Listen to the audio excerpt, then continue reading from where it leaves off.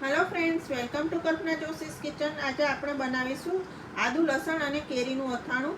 આ અથાણું જેટલું ટેસ્ટી છે એટલું હેલ્ધી પણ છે। હેલ્ધી એટલા માટે કે આ અથાણું ઘણી બધી બીમારીઓ માટે આશીર્વાદરૂપ છે। જેમ કે આપણે આમાં જે આદુ લસણ ઉમેર્યા છે તો લસણ એ કોલેસ્ટ્રોલ લેવલ ઓછું કરે છે અને બીપીને કંટ્રોલ કરે છે, જ્યારે આદુ છે એ ડાયાબિટીસના દર્દી અને હાર્ટ પેશન્ટ માટે ખૂબ જ ફાયદાકારક છે। આ સિવાય આ અથાણાના ઘણા બધા ફાયદાઓ છે, તો તમે પણ આ રીતે જરૂર અથાણું બનાવજો। એકવાર બનાવી આખું વર્ષ સ્ટોર કરી શકાય છે। તો ચલો આપણે આ અથાણું બનાવવાનું શરૂ કરીએ। તો એ માટે મેં અહીંયા રાજાપુરી કેરી લીધી છે, 2 લીધી છે અને વજનમાં જોઈએ તો 1 કિલો 135 ગ્રામ કેરી છે। તો હવે આપણે કેરીને એક કેરીને હું ઝીણા ઝીણા કકડામાં કાપી લઈશ અને એક કેરીને હું છીણ બનાવીશ। તો આ કેરીને છીણવાનું અને કાપતા પહેલાં આપણે અથાણામાં નાખવા માટેનું તેલ ગરમ કરી લઈએ, જેથી આપણે અથાણું બનાવીએ તો જ્યારે ઉમેરવાનું થાય ત્યારે ઠંડુ પડી જાય। એટલે આપણે આ કેરીનું કામ કરતાં પહેલાં આપણે તેલ ગરમ કરવા મૂકી દઈએ। તો મેં તેલ ગરમ કરવા માટે એક તપેલી ગરમ કરવા મૂકી દીધી છે। તો હવે આ તપેલીમાં આપણે 2.5 કપ તેલ લઈશું। આ મારો મેજરિંગ કપ 200 ml છે। તો આ 200 ml તેલ લઈએ।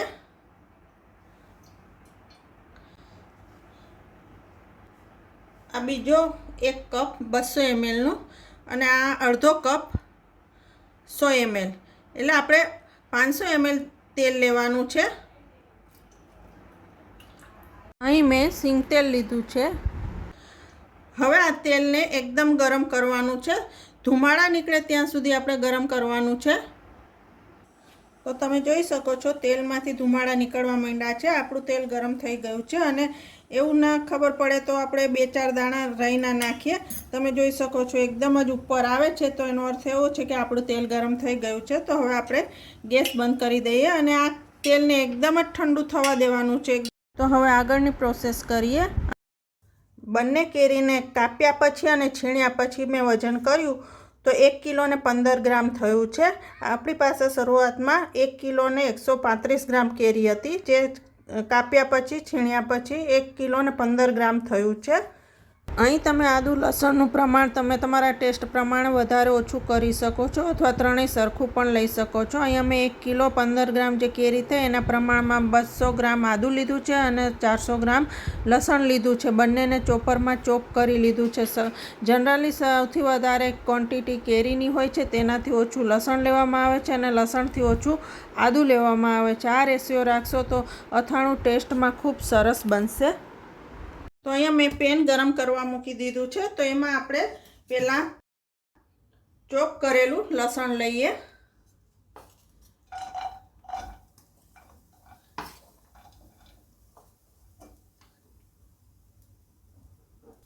હવે એમાં 1 કપ એટલે 200 ml જેટલું તેલ ઉમેરીએ। લસણ ડૂબે એટલું આપણે તેલ ઉમેરવાનું છે। હમણાં 200 ml ઉમેર્યું છે। આ બીજું 200 ml તેલ ઉમેરું છું, એટલે ટોટલ આપણે હમણાં 400 ml તેલ ઉમેર્યું છે। હવે આપણે લસણને સાતળી લેવાનું છે। 8 થી 9 મિનિટ સુધી સતત હલાવતા રહી અને લસણને મેં આ રીતે સાતળી લીધું છે। આ રીતે થોડુંક કલર બદલાય એટલે એમાં આપણે આદુ ઉમેરીશું।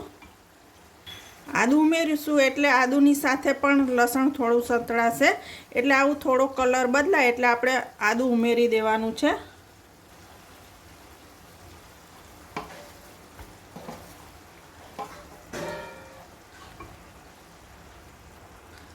બરાબર મિક્સ કરી લઈએ અને આદુને પણ હવે લસણની સાથે ધીમા ગેસ ઉપર સાતળવાનું છે।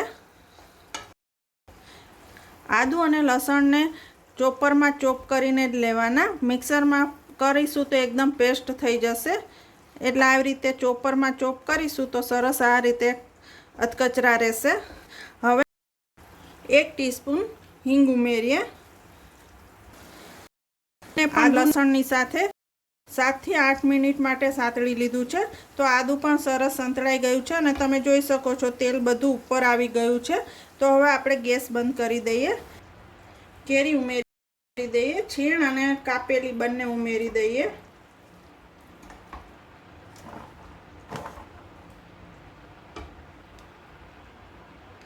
મિક્સ કરી લઈએ। યાદ રાખવાનું છે, કેરી આપણે ગેસ બંધ કરીને જ ઉમેરવાની છે, ચાલુ ગેસમાં નથી ઉમેરવાની. તો હવે કેરીને ઢાંકીને 15 થી 20 મિનિટ માટે રહેવા દઈએ, જેથી સોફ્ટ થઈ જાય. ચેક કરી લઈએ, મિક્સ કરી લઈએ એકવાર. તો તમે જોઈ શકો છો કેરીનો કલર બદલાઈ ગયો છે, એકદમ સોફ્ટ થઈ ગઈ છે. આમ તો સાંભાર મસાલામાં મીઠું આવે જ છે, પણ અત્યારે આપણે આદુ લસણ અને કેરીના ભાગનું મીઠું ઉમેરીએ. અડધા ટેબલ સ્પૂન જેટલું મીઠું ઉમેરીએ. બરાબર મિક્સ કરી લઈએ.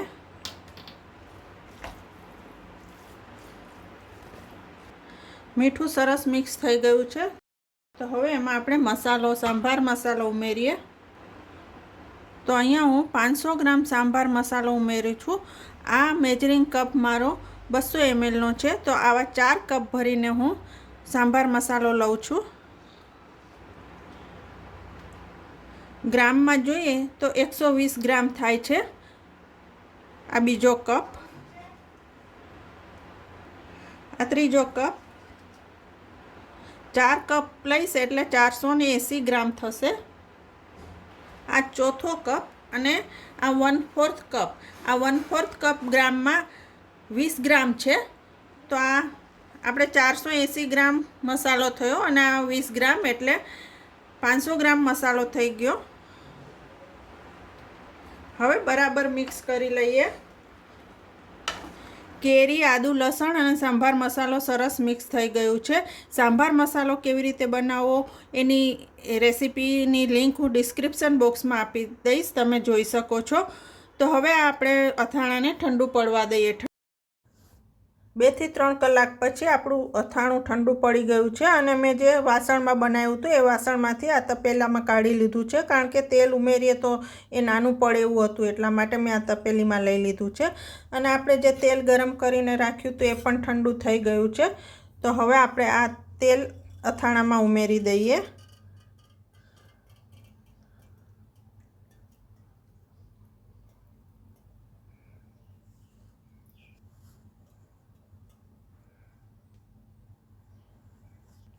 અને બરાબર મિક્સ કરી લઈએ. તમે જોઈ શકો છો સરસ કલર આવી ગયો છે.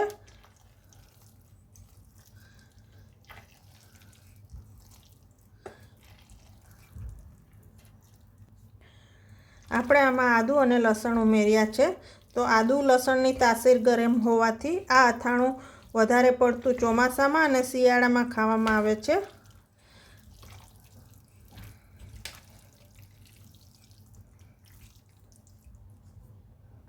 તો આપણું અથાણું કાચી કેરી, આદુ લસણનું તૈયાર થઈ ગયું છે.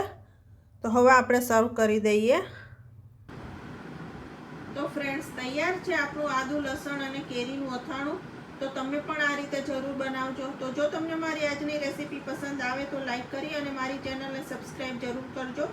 અને બાજુમાં આપેલા બેલ આઇકનને પ્રેસ કરજો, જેથી મારા નવા વિડીયોના નોટિફિકેશન આપના સુધી પહોંચી શકે. Thank you.